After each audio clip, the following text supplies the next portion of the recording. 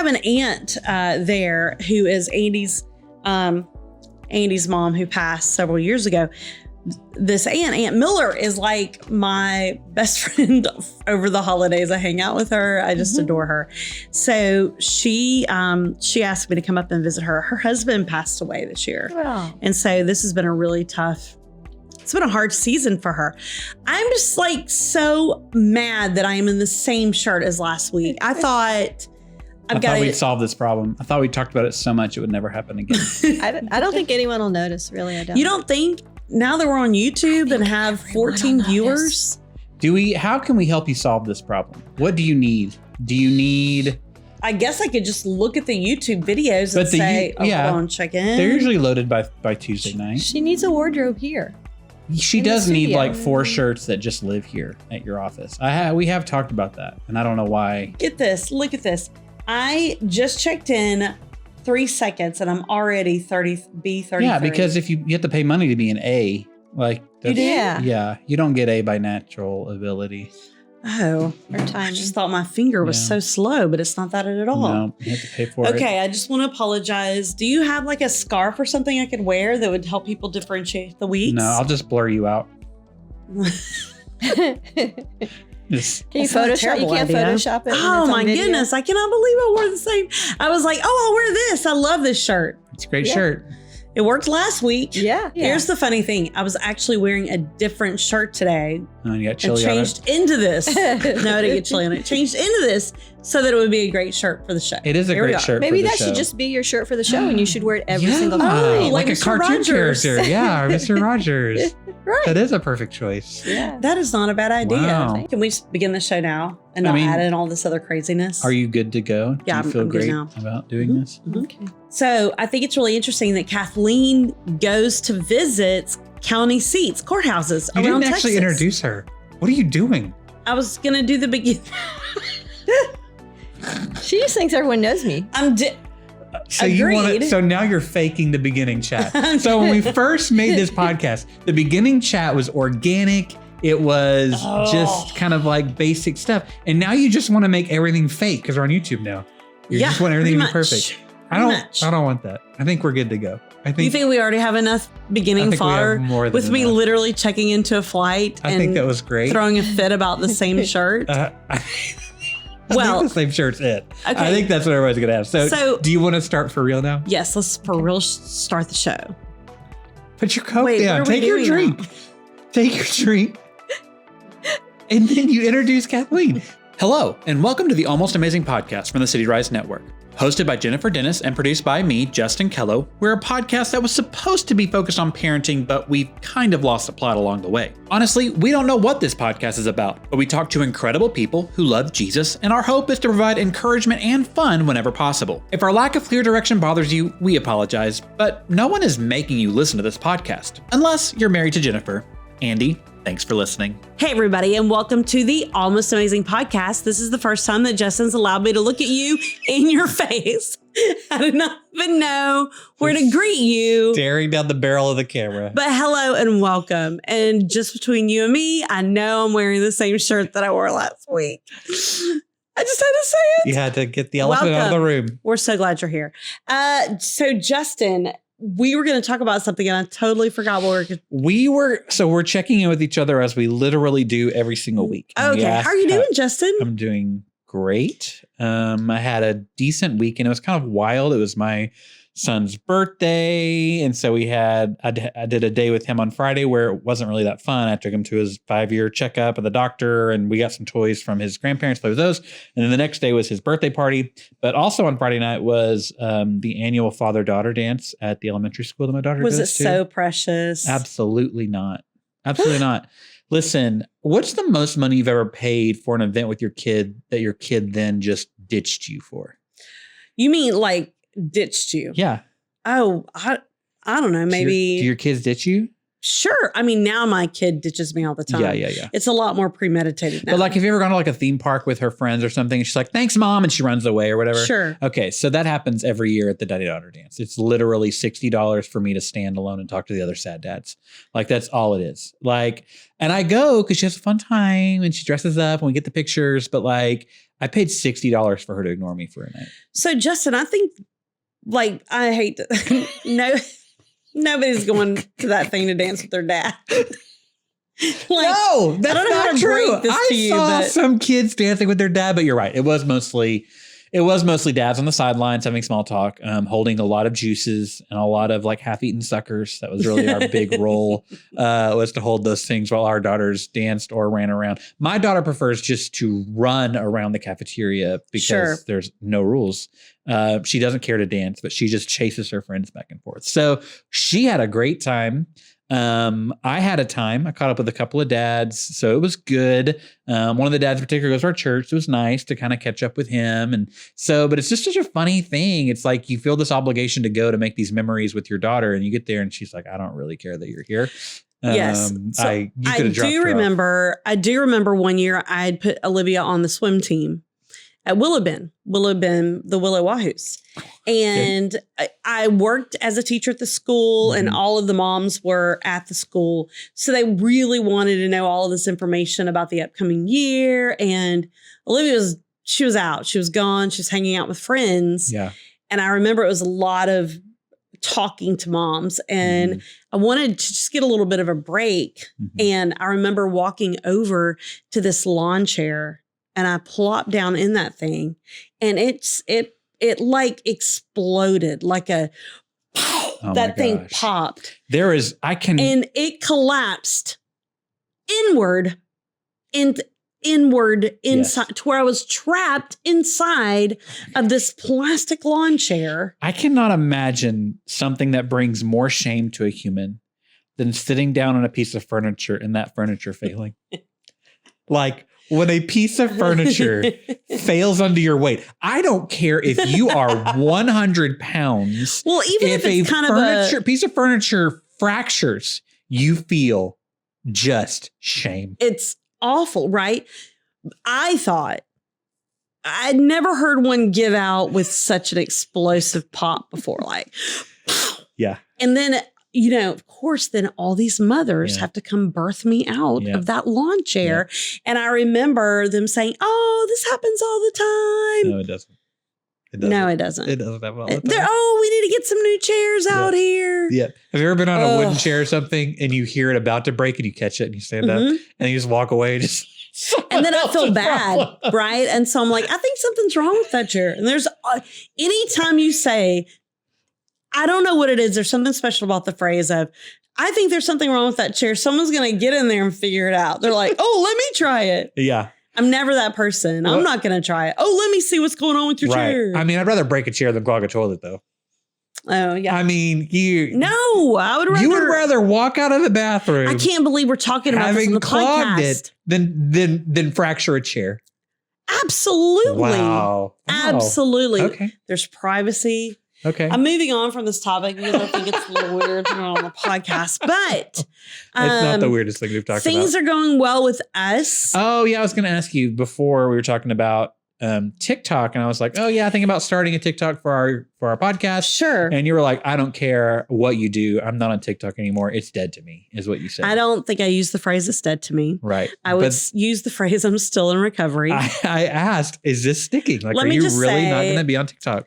In the beginning, I was like, I just can't do this, which is a red flag. And how much longer can I go on without getting back onto this app? Another red flag. Right. And even like yesterday, I'm going to do a little traveling, and I thought, oh, well, that'll be good. I'll have TikTok to kind of help me time travel through hours of time. Yeah. And I thought, oh, I've got to get a book or something. I won't have TikTok. I honestly believe that God removed it from my phone. Wow. And not because of the TikTok thing, but because of the me thing. I was on it too much. It was like I would get sucked into it and disappear for hours and not even realize it. Sure. And I think that I woke up one day, it was off my phone. I told you. And I just feel like God did that to forced me to break in my life and become a little bit more aware of how I was spending my time. Okay. So our friendship was largely based on our mutual love for TikTok. And so I'm not quite sure where our friendship goes. So we don't even have anything to talk about now. I mean, it's a lot of times I'm like, well, she doesn't know about that. Let me just say this. When people come at me and Jasper they the say, doll. Do you know anything about Jasper the doll? Mm-mm. Oh my gosh. When people come to me and say, oh yeah, I watch Reels. Well, that's all I have now are Instagram Reels. And let me just say, it's a completely different world. It's not the same. I'm done with Reels in about 3 minutes. Yeah. I'm like, oh, this is all the same. Yeah. My wife was like that. I was telling her about TikTok and she could not understand TikTok. She's like, I have Reels. Why would I need TikTok? I was like, you don't understand. Oh. And then she got on TikTok and there's something about how the algorithm knows you better, I think, on TikTok than in Reels, that like you really are getting content that you really do enjoy. And if you are a reasonably good person, you're getting generally good content. You know what I'm saying? Like she's getting organization tips and Taylor Swift content. You know what I'm saying? Like it is a barrage of everything in your brain that you find remotely interesting or want to go down a rabbit hole of. So, I mean, it's really tailored now, but I realized, you know, and I'm embarrassed to admit all of this on the show. Is this a tell-all? I was getting my news from TikTok, all of my information, every idea created. I mean, it was crazy. Now I'm like having to find a weather app or I'm trying to find news somewhere because Andy's like, oh, have you heard so-and-so passed away? I did see a TikTok that was like, it was saying that like, we used to make fun of our parents for getting there, for believing everything they saw on Facebook. And now we believe everything we see on TikTok. Like it's the exact same issue where you don't even have, if you're not careful, you just start believing everything you see. Right. But at the same time, you believe that there's a conspiracy behind everything, that nothing is what it is. Yeah. And I think there are unhealthy patterns that can develop from watching so many of these videos. No, I don't. Yes. I work in social media and I enjoy social media. I don't think overall social media is a good thing for us. Right. You know what I'm saying? Like, I think there can be good in it. I don't think many people use it for good. So the other night, Andy and I were taking a walk with the dog after dinner, which is not something we used to do because that was clearly TikTok time. Yep. So I'm like, oh my goodness. I said, if we crossed over into a new world, we're now walking after dinner with the dog. Like this is a whole. You were embarrassed? No, I just thought other people do this. And I enjoyed seeing the night sky. I loved being out in the wind and the air and it was nice. Yeah. So that's a lot to explain, but that's where we are. I can't believe you're like done with TikTok forever. Just for now until I can get a little bit more healthy. Have you seen that episode of Parks and Recreation where Tom Haverford gets social media taken away from him because he was like tweeting and driving or something, and so the judge takes it away, and so he like starts like drawing his own like phone to like look at, and like he makes a real life Pinterest board with like cutout magazine things that he likes. You know, I will say that nothing easily replaces it. Like nothing's like it. Like. Instagram Reels is nowhere near it. So I really need to get back to reading books. Yeah. It's almost like I wish they made a Bible app that was as like random and engaging, where it was like different people just randomly reading a verse or something, like, because we're in a refresh world where we want a constant refreshing of content. You know what I'm saying? Yes. And so my attention span. Yeah. My attention span is getting better already. Yeah. Okay. It's like now strengthening. Okay. Well, you just interrupted me. So sorry. I was talking about refreshing. No, but like the refreshing of like content, I wish I could find a way the Bible could be delivered to me in that way. Like, yes, you should read the Bible in context. You should read chapters and chapters at a time. You should be cross-referencing. But also, if I just had like nice people like reading good scripture to me that I could just scroll through for 10 minutes, I don't think that'd be wrong either. You know what I'm saying? Like you should build it. I could, I guess. I'll just start reading it myself. You should build it. Yeah. So that's it. That's a lot to tell you about with the how am I doing in my recovery. But yeah, it's good. Okay. God's good. I think that God totally led this. I agree. So, well, here we are in May. I can't believe it. Can you hear right now the teachers counting down? Well, I live with one, and I will tell you she is. They're all like. This many days, many days. I was asking her, I was like, because she had already signed her contract for next year. This is her first year to teach. And I said, you know, she signed it like back in March or something. And I asked her the other day, I was like, she was like, we're talking about a really bad day at school. And I was like, so do you still want to do this next year? She's like, I can't answer that right now. It's like, this is the last month of school. Nobody wants to do it again. Like this is like nobody, like you can't ask a teacher. That's why they ask for contracts in March, because like by right after May, spring break, people are done. She's like, so I don't need to answer that question now. I'm sure I'll feel better once I hit summer. Exactly. Well, it's a good thing that we're talking about summer. It's on the way. So I thought it would be a great idea to talk about what are some things we're doing this summer. And so that's why I brought our guest on today to talk about some options outside of the box for summer. So please welcome Kathleen Yarborough. Thank you. Hooray. Kathleen is our Community Missions Director. Nope. Community Ministries Director. Thank you. Okay. Thank you. She is also... she's in charge of ESL. Countless partnerships that we're with around the city of Houston. Also with blood drives, and that's one of our strong partnerships. Anyway, welcome, Kathleen. Thank you. I'm happy to be here again. Kathleen and I were talking. We realized we're both leaving town tomorrow. Okay. For a very short trip. So we'll be back by the time this airs. No, we're not able to travel together this time. Okay. But what I think is cool is Kathleen and her husband, Steve, if you've met him, he's a big UT fan. He has the orange jacket. I think he's just a fan of that jacket. He's just a fan of that jacket. I'm the one that went to the University of Texas. He didn't even go to UT. He's not a UT He just loves the jacket. He's a fan, yes, but he just. But I have asked him. She says, "Oh, you love UT." He's like, "Oh, they're fine. I just really like this jacket." Which is a glimpse of how cool the guy is. He's like, I like this jacket. He's like, I got no allegiances. Was it your jacket he's taken over? No. He got it. It's not really a jacket. It's a pullover, wind shirt kind of. Yeah. So you guys are visiting all the courthouses in Texas. Yes. So tell us a little bit. How did you begin doing that? How many of you visited? What has this experience been like? Is that what you're doing this weekend? Yes. Oh, okay. Yeah, How many will you hit this weekend? I don't know. Well, I don't know. Oh, okay. We never really know. We just kind of know the general area that we're going to, and then we try to get as many as we can while we're there. So. Before you begin, yes, I know that going through smaller towns in Texas, it seems like there's this middle square. Yes, right. And it's the courthouse in the middle. Right. And it's kind of the main part of the older downtown part of Texas. Right. Which I love those in Granbury, and I don't think there's one in Brownwood that's in the same way as some of these other places are. Yeah. So how did you guys get into this, and what's it been like? Well, we started where the idea came up. We had driven to Marfa. And that's a long drive in and of itself. Stayed there for a few days, and then we were on the way back home. Well, in Marfa, that's a county seat for Presidio County. Beautiful courthouse, just exactly like you described on the square. And we took lots of great pictures and everything. Not as good as Justin would have taken, of course. Sure, of course. Anyway, we were on the way back to Houston, and we realized that the road went through every county seat between Marfa and Houston, basically. And we thought, oh, that's really cool. We should just go to every county seat and take our picture in front of the courthouse and be a lot of fun. And we should do it. Okay, we're going to do it. Yeah, we're all committed. Okay, how many are there? I think it's 254. 254. Wow, that's a lot. 254. Yeah, it could be 256. You'd think I'd know this because it's my quest in life now. But anyway, around there.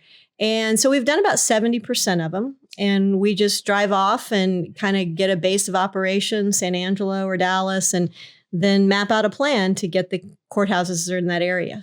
So what have been some of your favorite courthouses that are memorable? Well, the one in Bryan College Station was not the prettiest courthouse I'd ever seen. Don't send messages. Okay, I'm just saying that was not the best one. People always ask me that, which one's the worst? There are a lot of beautiful. You didn't start out with the best one. You started. Yeah. Well, I wanted to get that one out of the way because I don't want to miss any of those opportunities. Previous conversation about. Tell me you're a UT fan without telling me you're a UT fan. There you go. That's it. The one in Fredericksburg is kind of interesting. In some cities you go to, they'll have a kind of an older courthouse that they didn't tear down, and maybe it's a library or a museum, and then they'll have a newer courthouse, so you get to see a couple of different versions of courthouses. So they're all unique, and I think what's really interesting is that for the most part, except for San Antonio, and of course we haven't done Houston yet, but those are they're in the middle of huge downtowns. But the large majority of them are just these little bitty towns. And in a way, you're kind of seeing a part of Texas that's just almost forgotten. Because in a lot of these small towns, people have moved out. They've gone to where there's, better jobs and things like that. And you almost see like a tumbleweed kind of going down the middle of the square while you're taking your picture. The other thing that's been really cool when we go to the courthouses during the week, it's good because courthouses are open and you can go in and go to the bathroom. As we all know, that's important to have a good place to do that. But we always get to meet people. So we'll meet one of the county sheriffs, or we'll meet the records clerk, and they're fascinated by what we're doing. They love their county, they love their courthouse, and they like to talk about it. And so we've met some pretty neat people and had some really great hospitality. You were talking about them being on the square. The other thing that's kind of funny about it is that, so the front is on all four sides. They look exactly the same. And almost every time we pull up to a county courthouse, Steve will be driving and we'll pull up and he'll say, all right, which side's the front? Which side do you want to go to? And I say, let's drive all the way around and see which side we like best, but they're all the front. All the front. Everyone we go to. So. I was just looking mine up because I grew up in the county seat of Morris County. I don't know if you've been up to Northeast Texas yet. We have. Okay, ours is so ugly and boring. I made a mistake. This was the worst one we had ever been to. I totally forgot that. It was so bad. I'm going to put a picture on the screen. Oh my goodness. It's not even so boring. But what's wild to me is that means you were in my hometown. I grew up in Dangerfield, Texas, the county seat of Morris County. Yeah. And it is the ugliest, most boring.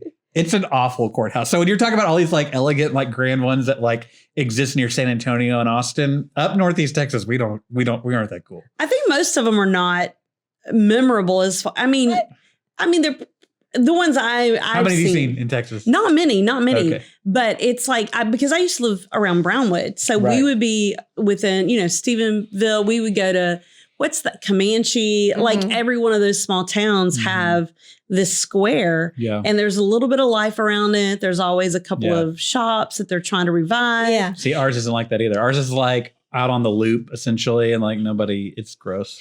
How we in Houston, I feel like we're always talking about where to send our kids to school.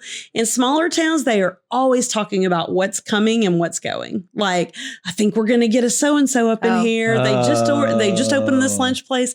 It's cool how the whole town's always aware about what's about to open. Listen, when McDonald's opened in my town, we got out of school for the day. Like it was that big Come of a on. deal. I'm not kidding. You guys went to the I'm not kidding. I'm not kidding. Getting McDonald's was the biggest thing that still has ever happened to that town. Like it was a big deal. I was in Brownwood when they got Starbucks, which was a big deal. And I think they lost. And then when Wendy's came in, that was a big deal. And I think they lost Wendy's. Then we all had Chick-fil-A in the mall forever, which is like now that is a classic. Asset. Yeah, that's classic. A great situation. The Chick-fil-A in the mall. Because they were always when they first started, they were always where they started. I remember when the Chick-fil-A in the mall in Houston opened. But there was this one, they had a Chili's. And I ate Chili's so many times when we lived in Brownwood that when we moved to Houston, I said, never. Well, if you live in Houston, you should be eating at Chili's anyway. Again, right. Every now and then something will happen in our lives and we'll end up at a Chili's. Oh, really? And I'm just like, there's so many better options. Why did this happen to us? I mean, the honey chicken crispers are pretty incredible, but other than that. Right. But it's just like, how did we not prevent this from happening? It's like you give up and just somehow land on Chili's. End up at Chili's. Yeah. Are you a Chili's or Applebee's person? Because Chili's. Yeah. You do have Chili's. Yeah. You have a preference for some reason. They're the same thing. I think Andy is Applebee's for some reason. Andy. I think it's because he hasn't been to one in 10 to 12 years. That may be why. What are you raising Olivia to be? Oh, she's not going to be. She has no idea about either one of these restaurants. Okay, cool. She's clueless. It's not even in her. Where did we go the other day? She's like, this is one of my favorite places. And it was so bougie. And I'm like, how are you? Like local foods or something? Yeah, it was exactly local food. When you say bougie, my brain goes to local food. First of all, let me just, not that I want to go on about this, but can you just get a Diet Coke up in the place? I mean, it's like one of their biggest things is like, oh, we don't serve Diet Coke. I'm like, well, that's great. Yeah. I guess I'll have one of these tasteless sodas. Mendocino Farms is the same way. But Olivia was like, oh, I love their house-made chips. They're so delicious. Their crunchy chicken salad. I'm like, seriously, how are you coming here? Like, how are you doing this? Mm-hmm. I don't know. There's some investigating that has to take place. All of that to say, yes. You guys are headed out to see how many you can knock out. Yep. What region are you going to? Can you share that? Yeah, we're going to go up to the Panhandle. Oh, wow. So we are flying into Lubbock? Or what are you doing? Well, no, so the part I left out, I guess, is that the dog goes with us. So we are driving. Yeah, wow. we will drive. We've had a lot of road time. Wow. And they're I think in the Panhandle, we'll knock quite a few out because they're pretty close together and they're all on a straight road and there's not a lot of stuff to see in between. Yeah. So. Well, Marfa was up there, but I guess when you got the idea, you weren't doing this. So, or is Marfa not in the Panhandle? Where's Marfa? Marfa is not in the Panhandle. Oh, is it near El Bless your Paso? heart. It's down in the valley, or not in the valley, in the Rio Grande, along the Rio Grande, the Big Bend where the park is and everything. Yeah. Okay. Cool. So, pretty good. It's a pretty good ways from El Paso. Marfa? Too. I haven't been to Marfa. Is it worth it? Did you love it? I love the park. It's a great experience. Yeah. Marfa's is real artsy. Kind of I don't know. It was good. Had a good vibe. For Texas, like that, Paladora Canyon, Big Bend, those are like the things like you have to go do, really. Yeah. You have to do it. Yeah. So as we're talking about travel, we've got summer coming up. And as I was introducing you, I thought let's bring Kathleen on and talk about some of the unique opportunities from the partnerships that we have where families or people that have a little bit more time this summer that want their kids to do something other than the same stuff. If they want to create a missions experience or a serving experience, what are some ideas that you have for our families for doing that? Well, I thought you just wanted me to talk about all the volunteer opportunities with children's ministry that you have. For us to partner just with for you. No, just for people to come and volunteer with children's ministry. So I did them all. You're wanting me to partner in all the of VBS these roles. Well, all the Kathleen, VBS, all the well VBS. played. No, but really though, we do have a lot of opportunities during the summer for people to volunteer on whatever campus, here at Westview or Cross Point or down in CityRise, Missouri City. It's a really good time if you haven't ever served in the church, either greeting or making coffee or helping out with kids ministry or youth. Oh, yes. It's I don't know. I think things are maybe just a little less structured in the summer. So it's a fun time to get involved. And I also know a lot of our people that regularly volunteer in those positions in the summer are off, have vacations and things like that. So there's real need to kind of fill in some of those gaps. So I think that's a great place to start if you've, are kind of figuring out, what would be a good thing for us to do. So. That's a great idea. Yeah. What about some of our partnerships outside, like that we partner with, that you would recommend families to check out? So a lot of almost all of our mission partners local mission partners have really great family opportunities. So one is Agape Development. They're over in the 3rd Ward, and they're doing community redevelopment in that area, and they have during the summer lots of activities for kids. So they do a teen camp, and then a K through 5th grade camp. And during the summer, I think it runs from June 20th to the first week in August or something like that. And you can volunteer with your family. You can take your kids, their kids are there. And there are all different ways to serve. You can bring lunches. One of the things I thought was really interesting was that for the teen camp, they asked the teens, well, what kind of things would you like to hear about this summer? If we had some guest speakers come in or did some experiences, what would you be interested in? And here were a few that they said they would like to hear from a veterinarian. They're interested in talking about money. They're interested in the book of John. You should talk about money. You'd be great at that. Right. Well, actually, there's one on the list that's better for her. I've saved that one though. Okay. Yeah. So they want time management, just family also another experiences. Great one for you, Justin, even better. Well, they a painting class. They're interested in talking about dealing with anxiety, what's needed to get to go to college, to applications, all that kind of stuff. But the best one I think was what is the meaning of life. So I've already signed you up for that one, so you can go to Agape. That's the one. It's great that they've already given you things to talk about and to match those up and go spend time with them. Yeah. And it's a really good opportunity because your kids can go. You could share as a family. If there's something your family likes to do together, you could talk about that. And you also, it's not something where you're there every Tuesday. You can say, this is the time I want to do it. They'll find a date for you and you can go and do that. For the kids camp, they're looking for people who will say come Monday through Friday for 1 week out of the kids camp and help with worship or games or just whatever activities are going on, or even just kind of help them with security, things like that. So I think Agape it's close. It's family friendly. It is a great way to share what God's given you with other folks and just get to kind of build your family a little bit bigger. So. I love that because for VBS, we see a lot of families serve together and they pour themselves out for that entire week. And they love it. They're like, oh, that was great. I can't wait till next year. It's like, you don't have to wait till next year. Like That's right. You can do this at least once or twice more this summer in a partnership that does a similar thing every week on a smaller scale, of course. Right. And so for those that get really excited about VBS serving each year, this is something they can add to their list as well. Well, and I think it's so powerful when families serve together. Yeah. It's a way to connect them in a different way, to see their parents in a different way, instead of just kind of pushing in the schedule and the day-to-day, but to see their parents experience a different atmosphere is also, I think, really, it will hit their core memories. They'll never forget that. I'll say this. Do they have rules about teenagers serving without parents? Like, do you know anything about that? I'm sure that they do. I don't know those off the top of my head, but we could reach out to Agape. And you can find all these, if you go to cityrise.org/findyourspot, all of the organizations are listed there with a link to the volunteer page, or you can reach out to me. I'd be happy to share more with you. So, That sounds really exciting. That sounds like a great opportunity, actually. So yesterday we took on a great challenge, an opportunity for our staff to serve together at Bethel Ministries. Am I saying that correctly? Bethel's Heavenly Hands. It's the outreach ministry from the church at Bethel's family. So we got to, as a staff, our most of our staff was able to go. It was great. And we began. And we're going to list who wasn't there now. Yes. Okay, and here they are. When you hear your name, please stand up. Please no. Okay, so we went to work in their food distribution, so they could either drive up and have things placed in their trunk, which I think was probably some big lifting. And then inside, we were taking just pallets of groceries, fruits, vegetables, and distributed them into boxes to give to families who just walked up for food. And I was really shocked at how many people we were able to impact in one day. Yeah. There were so many people there. Yeah. And it was a great experience. I want to thank you for that. For setting that up, Kathleen, because I thought it was a great time.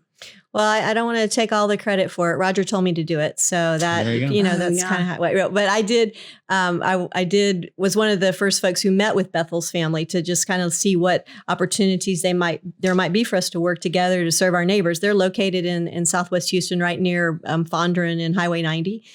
And so we've just, the missions pastor, Pastor James Lee, we've just gotten together and just, kind of kicked around different ideas. And he told me about this food distribution that they did. They do it every day, but then they do the drive-through on Tuesdays. And I said, hey, I want to go check that out. And so I went and I was absolutely blown away. And so I was chatting with Roger about it, and he said, let's go do that. Boom. So we did. And it was a really fun time. And the best part about it was that it was yesterday and not today, because the weather today would have made it a lot more exciting to. It was funny because I was enjoying being with the people and get to know people, but the physicality of what we were doing was I was trying not to be a baby about it because like my back started hurting and one of my knees are weak, and I'm just sort of like really and I'm like digging around for Advil. Yeah. Does anybody have Advil so I can get through this mission? Wow. Was it really that much of a struggle? Well, you looked like you had it all together. You're a good pretender. It's not like, I think it's prayer. I'm like, Lord, please get me through this. Because you can't,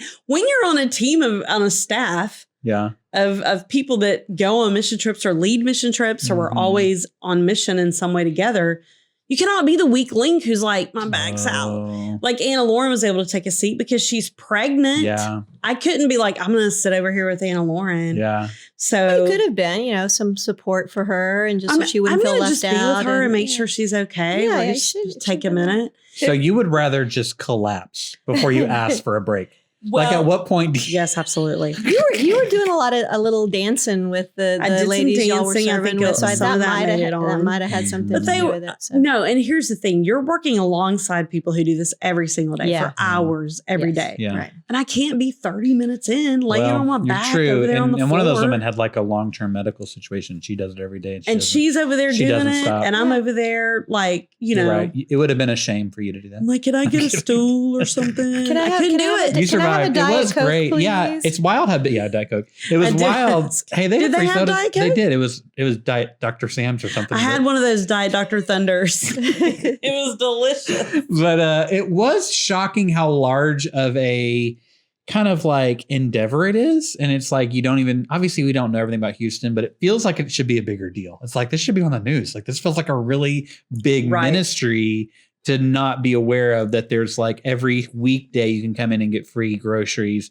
And then one day a week you can drive up like HEB and get like literally like groceries, just like sometimes they'd have 2 families in a car, and then they'd be like 2 families. And I was like, but it's still 1 trunk, y'all. And they were just like shoving things. So people who drove up probably got more food. Oh, absolutely. Than the people than the boxes. But I mean, because they have to carry the box. You can only carry. I will say this, like one of the meats. So they would get 2 meats, 2 vegetables, 2 fruits, and then they would get like a dessert item. I think or 3 vegetables, whatever. But the interesting thing was people donated ham, and it was like a huge package of like, and I guess they were miscut. So it was like great ham, just miscut. And these bags were like 15 pounds of ham. Yeah. And it was just like, wow. And me, I don't work out, and I'm just like trying to drag this ham around. Yeah. That might be what caused the problem. I may or may have not have dropped. No, it was a great opportunity. I think it was. I've been working here for 5 years. It's the first time we've ever done something like that, where we were like, we're all gonna like. Obviously, we're serving all the time. I don't know. Harvey felt all of us. Okay, Harvey. Okay. I'm not sure. Absolutely. No. Harvey was like weeks of that. I don't want to talk about that. That was a lot of that. But we didn't choose to do that. And so this was the first the first time that as a staff we went out and said, hey, we're going to contribute. It was to this really cool partner. And I think it's going to set a precedent for coming weeks and months that we do that with a lot of our partners, we've toured Agape. We've done Agape work days, but to say, hey, we're taking a staff day. You're not working at the office for the first half of the day. We're going to go and do this together. I thought it meant a lot to me to see our staff come together for that, to see, that it wasn't, because some staffs will just be like, well, let's go build, let's go to team building at like a restaurant or whatever, or a fun day. And it's like, no, we're going to have fun serving together. And to me, that was a really meaningful thing. I think that's about a strong team building activity you can find, is serving with other people who are helping those in need. And but it was such a good experience. I loved it. Yeah. I really did love it. And they take volunteers every day of the week. Well, yeah. And that was one I was going to mention, that for families to go and volunteer, they love to have volunteers there. I think now that one I did look, you can, if you're 14 and older, you can come just and volunteer. You don't have to have your parents. That's great. And they'll take kids as young as 10 the younger kids, if they come with their parents. Okay. So you can go as a family and serve. Great opportunity. Or, we talked about what a good team building opportunity it was for us. So if you have a group of friends, or your community group, or your life group, whoever you're hanging out with. That's a good idea for the community group. Go find some of these opportunities and go serve together, because you'll get a chance to know each other in ways that you just don't when you go to a restaurant or eat at someone's house or in a Bible study together. So you'll also get to literally throw cantaloupe in the back of people's cars. Right. If they're in season. Yeah. It's funny, our community group around Harvey, there's so many of our church homes that had flooded that we were with the singles class. And so our job was to go in and clean people's garages out.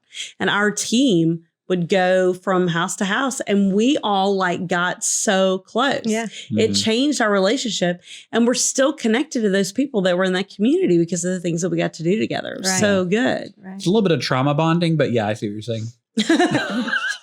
Nobody ever. Harvey was chaos. It was. But it was interesting too, talking about Harvey, like seeing our church be so present in our community, like the way, and Kathleen did a lot of it. So that's why I'm talking about it. To manage the immediate needs of, we have to clean out this stuff. And then Kathleen also managed months and months and months and months and months of recovery, managing donations, going to, help people rebuild. That was, I think I hadn't even been here 6 months. That was your first week on staff or something crazy like that. It was the second or third week I was on staff. But to see, it really felt like, okay, yeah, this church is doing something that is really blessing our city.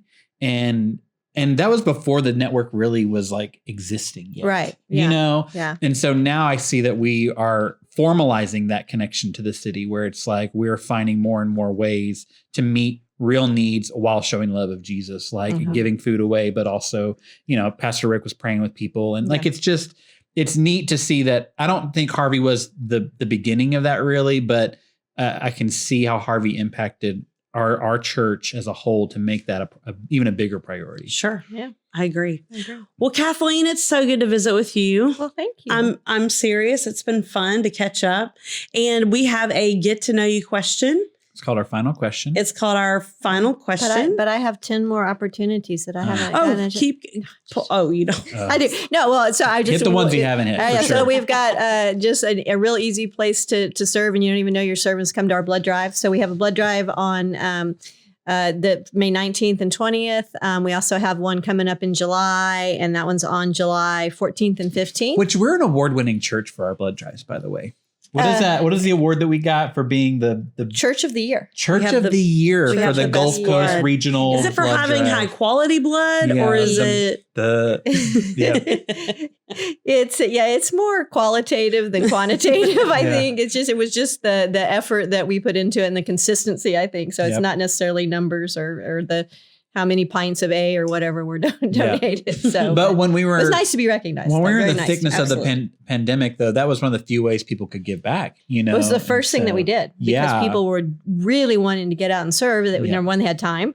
Number two, they could see what can I do? What can I do? And we just I think the first one we did was in April of 2020, and so that was good.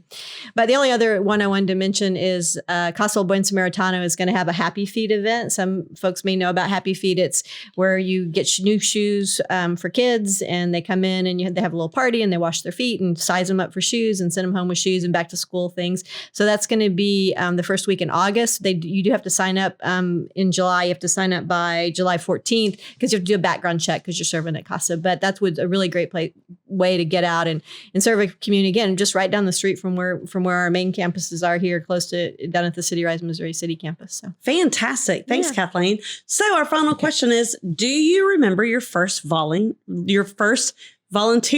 role? So do you remember the first time you ever volunteered? Something you weren't forced to do by like your mom? Or something you were forced to do by your mom. But do you remember your first time volunteering? Okay. My first time volunteering. Do you have one? I do remember the first time. My mom was an elementary school teacher, and she taught in this economically disadvantaged school. Yeah. It was seriously disadvantaged. And so I remember some friends of mine and me, we would go to the school and we would hang out and would help tutor them some. And then when it came time for class parties, we would just go buy a bunch of candy, kind of throw it out like a big parade.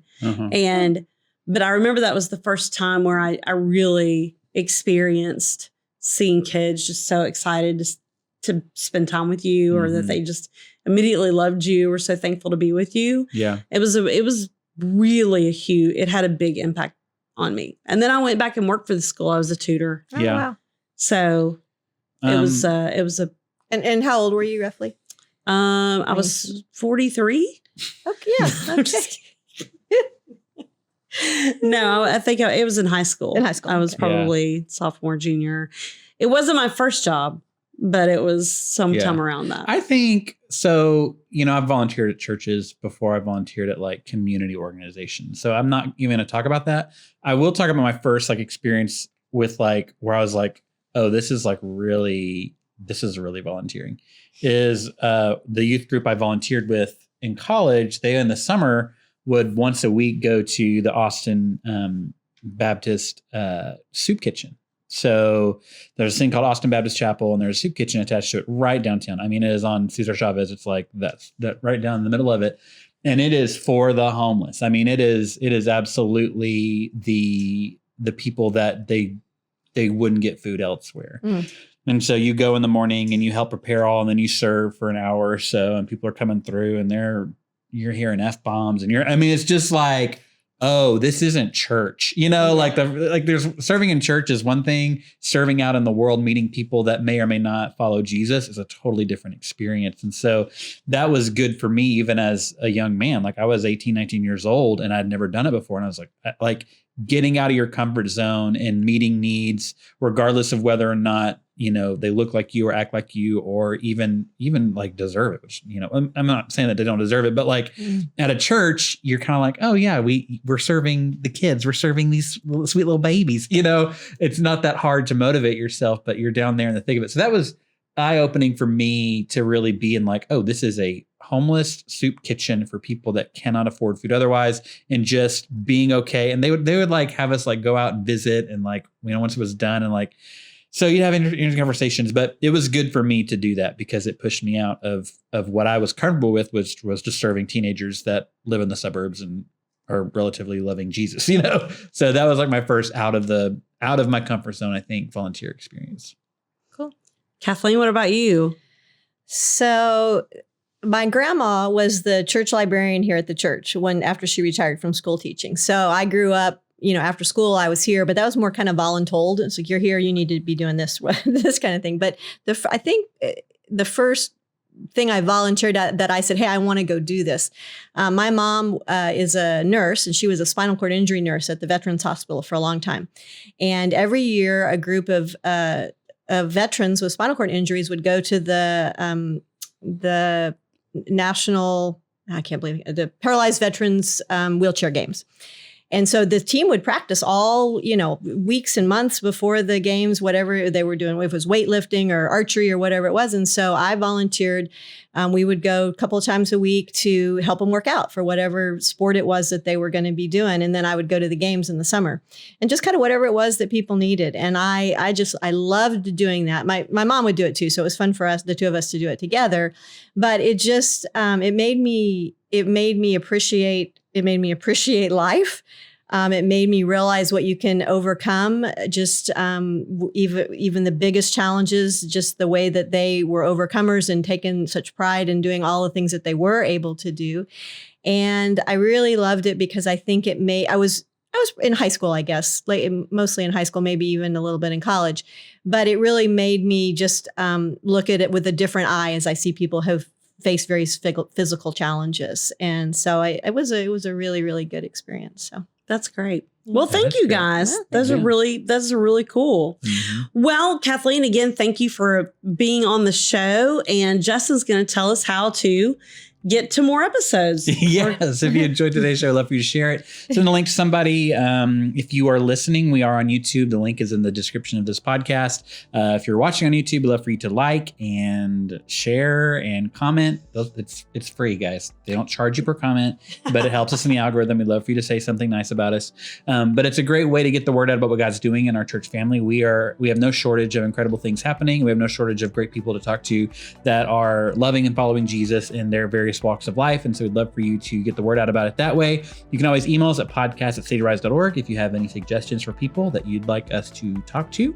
We are open to those suggestions. Jennifer, as the person who sets up our interviews, would love that, to have some suggestions for people she can reach out to. And as always, that is, for anything today, visit cityrise.org/findyourspot. That's a really good landing page for all the different things that Kathleen mentioned. Even serving within the church would be landing on that page as well. So.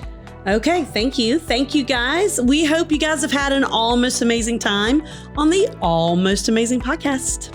Thanks for listening to the Almost Amazing Podcast from the CityRise Network, based in Houston, Texas. CityRise is a partnership of church campuses, nonprofits, and missionaries devoted to lifting our city and the world by generously giving the gospel of Jesus Christ. For more information or to find a church campus close to you in the Houston area, visit cityrise.org.